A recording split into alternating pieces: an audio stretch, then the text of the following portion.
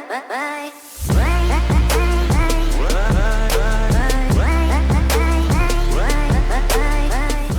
Friends, I am Purvik Mehta from CSE तटसन हिंदी।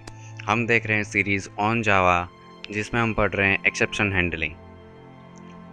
तो exception handling में हमने ट्राई कैच मेथड पिछले वीडियो में समझा था। अगर आपने नहीं देखा वो वीडियो तो इससे अगला वाला जो वीडियो है उसे देख लीजिए। लिंक आपकी स्क्रीन पर दिखाई दे रही है और डिस्क्रिप्शन में भी लिंक दी हुई है इस पिछले वाले वीडियो की, सो आप उसे देख लीजिए। इस वीडियो में हम समझेंगे ट्राई कैच मैकेनिज़्म ही, लेकिन इस बार मल्टीपल कैच के साथ, कि एक ट्राई ब्लॉक होगा और मल्टीपल कैचेस होंगे। तो उससे हम कैसे हैंडलिंग करेंगे वो हम इस वीडियो में देखेंगे, कि एक ट्राई ब्लॉक और multiple catch block in exception handling. तो इसे प्रैक्टिकली ही देखते हैं। पहले इस स्क्रीन पे जो दिखाया गया है वो समझ लेते हैं कि एक्चुअली होगा क्या इस प्रोसीजर में।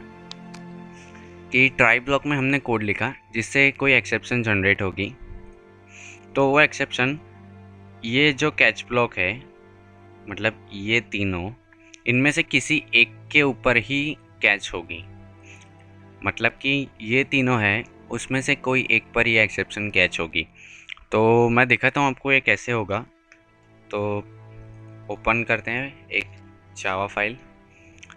तो एक काम करते हैं, जो पिछला वाला हमारा एग्जाम्पल था इसको ही यहाँ से कॉपी करते हैं और यहाँ पे पेस्ट कर देते हैं। सिर्फ नाम हम चेंज कर देंगे और ये जो चीज़ें हैं कैच ब्लॉक, इसे हटा देंगे।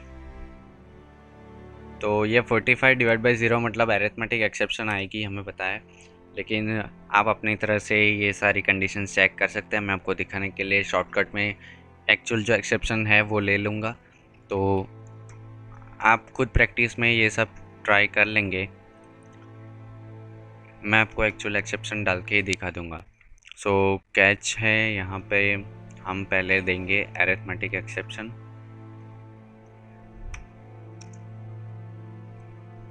AR और इसमें system dot out dot println और यहाँ पर लिख लेंगे कि अरिथमेटिक। इसी तरह हम दूसरा कैच ब्लॉक भी बनाएंगे जो होगा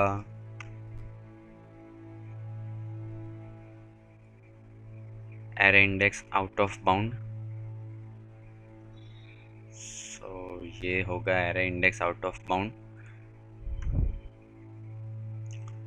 और यहाँ पर भी हम चेंज कर देते हैं मैसेज में भी। और तीसरा होगा जिसमें हम कोई नाम स्पेसिफाई नहीं करेंगे कि array index out of bound या कोई एक्सेप्शन का नाम नहीं लेंगे। हम जेनेरिक एक्सेप्शंस को यहाँ पे ले लेंगे ई और यहाँ पर लिखेंगे एक्सेप्शन हैंडल। और नीचे एक लाइन और लिख देते हैं system dot out dot println की,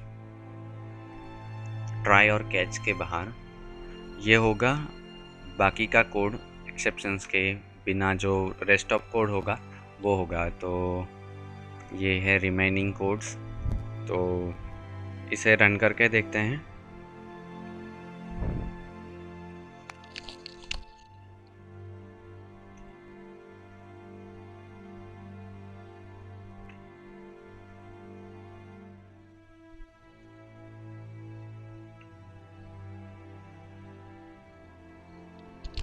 तो आप यहाँ देख सकते हैं अरिथमेटिक एक्सेप्शन आ रही है क्योंकि डिवाइड बाय 0 था इसलिए, और नीचे बाकी का जो रिमेनिंग कोड है वो भी एग्जीक्यूट हो रहा है।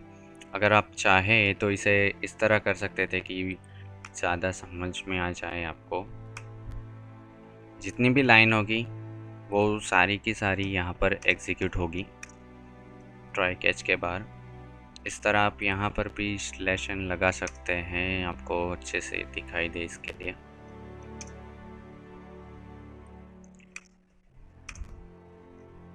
तो फिर से एक बार इसे रन करेंगे, जावा।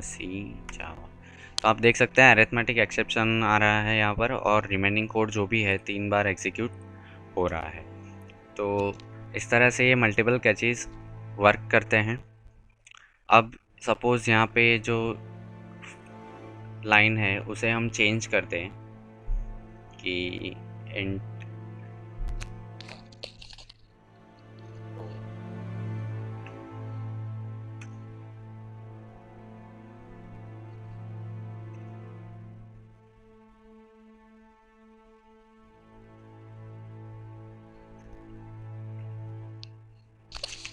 तो बेसिकली मैंने एक एरे बनाया है जिसका नाम है ए, इंट टाइप का एरे है, और उसकी मैक्सिमम वैल्यू हम 4 दे सकते हैं। मतलब का उसका जो मैक्सिमम इंडेक्स है वो 4 से ज़्यादा नहीं हो सकता। तो अब हम क्या करेंगे कि इसके जो मैक्सिमम इंडेक्स है उससे ज़्यादा का कोई नंबर ले लेंगे कि ए ऑफ 6, उसमें असाइन करेंगे सपोज़ 34। तो अब देखते हैं।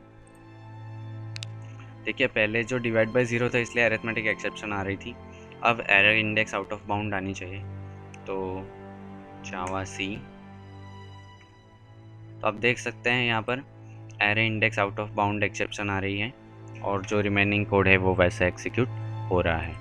तो इस तरह से आप हैंडल कर सकते हैं कि आपको पता नहीं है और आपको प्रॉपर रिस्पॉन्स देना है कि कौन सी एक्सेप्शंस आने वाली है। मतलब कि अगर अरिथमेटिक एक्सेप्शन आई तो आपको ये कोड जो लिखा है वो एग्जीक्यूट होना चाहिए। अगर array index out of bound आई तो इसमें आप जो तरह की कोडिंग करना चाहें वो करके वो रिस्पॉन्स दे सकते हैं। और अगर इन दोनों में से कोई भी नहीं आई, मतलब चलिए अब array index out of bound और अरिथमेटिक भी नहीं है, हम कोई और एक्सेप्शंस यहाँ पर डालते हैं। जैसे स्ट्रिंग वाला हमने एक एग्जांपल देखा था पहले, तो यहाँ पर मैं एक स्ट्रिंग लेता हूँ, string s is equal to null. Okay, तो ये स्ट्रिंग s एक नल हमने असाइन किया है s में, और यहाँ पर हम उसकी लेंथ फाइंड करने की कोशिश कर रहे हैं जो एक्सेप्शंस ऑकर होगा। तो इसमें हमें प्रॉपर रिस्पॉन्स देना चाहिए प्रोग्राम। चलिए चेक करते हैं। जावा सी जावा EX। तो आप देख सकते हैं एक्सेप्शन हैंडल, मतलब ये दोनों नहीं चले कि हमें पता नहीं था। अगर अरिथमेटिक आता तो ये कोड चलता, array index out of bound होता तो ये कोड चलता, लेकिन इन दोनों में से कोई नहीं था। तो हमने जेनेरिक एक्सेप्शंस यहाँ पर नीचे डाला हुआ था तो वो चल गया, और यहाँ पर लिखा है एक्सेप्शन हैंडल। तो ये यहाँ पर मैसेज आ रहा है एक्सेप्शन हैंडल। तो इसकी ज़रूरत कब पड़ती है ऐसे मल्टीपल कैचेस की, कि जब आपको को पता हो कि कोई स्पेसिफिक एक्सेप्शन आए। जैसे अरिथमेटिक एक्सेप्शन है तो आपको कोई प्रॉपर इंडिविजुअल सिर्फ अरिथमेटिक के लिए अलग कोड रन करवाना है। अगर array index out of bound है तो आपको अलग कोड रन करवाना है। तो उन दोनों के लिए आप स्पेसिफिक कैच ब्लॉक बना दें, और बाकी के लिए जो रिमेनिंग कॉमन कैच है वो एक्सेप्शन ई करके डाल लें। तो उसमें जो कोड होगा अगर ऊपर में से कोई एग्जीक्यूट नहीं हुआ तो ये तो होगा ही होगा कि अगर एक्सेप्शन आई तो ये ब्लॉक तो एग्जीक्यूट होगा ही। तो इस तरह आप मल्टीपल कैच का यूज़ कर सकते हैं। सो दूसरे कुछ पॉइंट्स हैं, 2 पॉइंट्स हैं जिसको आपको ध्यान रखना चाहिए। वो है at a time only one exception is awkward and at a time only one catch block is executed. जैसे हमने देखा कि यहाँ पर अरिथमेटिक एक्सेप्शन में भी ये मैसेज शो हो सकता है, और अगर ये अरिथमेटिक ना भी हो तो एक्सेप्शन में भी यही सेम मैसेज डिस्प्ले हो सकता है। क्योंकि इसके पिछले वाले वीडियो में हमने देखा था कि हम सभी एक्सेप्शन को सिर्फ ये जो कैच ब्लॉक है एक्सेप्शन ही उससे ही शो करवा रहे थे, क्योंकि ये जेनेरिक वे है। तो फिर भी यहाँ पर देखिए क्या हो रहा है कि अगर अरिथमेटिक एक्सेप्शन आ गई तो सिर्फ यहाँ से आपका कंट्रोल रुक जाएगा, ये कोई भी एग्जीक्यूट नहीं हो रहे पीछे के। जैसे वैसे ही सेम अगर array index out of bound आ गया तो उसके पीछे एक्सेप्शन ई ये एग्जीक्यूट नहीं होगी, सिर्फ यही एग्जीक्यूट होगी। तो एक टाइम पे एक ही एक्सेप्शन आ सकता है, और ये मल्टीपल कैचेस आपने भले ही लगाए हो लेकिन एक टाइम पे उनमें से कोई एक ही कैच ब्लॉक एग्जीक्यूट होगा। तो ये आपको ध्यान रखना है। दूसरा पॉइंट है all catch block must be order from most specific to most general. हाँ, ये आप देख सकते हैं कि एक्सेप्शन ई कौन सा है, ये जनरल वे है कि आपको नहीं पता तो आप जनरल वे यूज़ कर सकते हैं। तो इसका क्रम आपको ठीक से रखना पड़ेगा।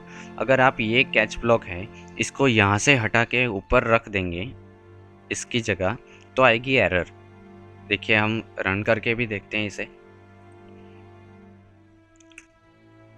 देखिए यहाँ पर एरर शो हो रही है कि ऊपर एक्सेप्शन ई से आपका एक्सेप्शन हैंडल हो चुका है और अब फिर यहाँ पर एरिथमेटिक, और इसका कोई मतलब ही नहीं क्योंकि एरिथमेटिक एक्सेप्शन भी एक्सेप्शन ई से हैंडल हो सकती है और array index out of bound भी इससे हैंडल हो सकती है। तो इससे हैंडल हो गई तो ये बाकी का कोड लिखने का कोई मतलब ही नहीं है क्योंकि यहाँ पर एक्सेप्शन हैंडल हो रही है। हमने पिछले पॉइंट में समझा कि एक एक्सेप्शन ही जनरेट होगी और उसको कोई एक कैच ब्लॉक ही एग्जीक्यूट होगा, और एक एग्जीक्यूट हो गया तो बाकी के कैच ब्लॉक तो एग्जीक्यूट ही नहीं होंगे। तो यहाँ पर जब हैंडल हो रही है तो ये ब्लॉक्स का कोई मतलब ही नहीं हो रहा। तो इसलिए इसका ऑर्डर भी इतना इम्पोर्टेंट है कि मोस्ट जेनेरिक वे है, जो जनरल वे है, उसको आपको लास्ट में रखना है। अब जब आप इसको रन करेंगे तो कोई एरर शो नहीं होगी। देखिए अब प्रॉपर रिस्पॉन्स दे रहा है। तो इसका आप ध्यान रखिए। तो ये था मल्टीपल कैचेस जिससे आप एक्सेप्शन को हैंडल कर सकते हैं। अलग अलग कैच के लिए अलग अलग आप स्पेसिफिक कोड असाइन कर सकते हैं, और लास्ट में जनरल वे तो आपके पास है ही। तो इस वीडियो में इतना ही रखते हैं, मिलते हैं फिर नेक्स्ट वीडियो में। So keep watching and happy coding.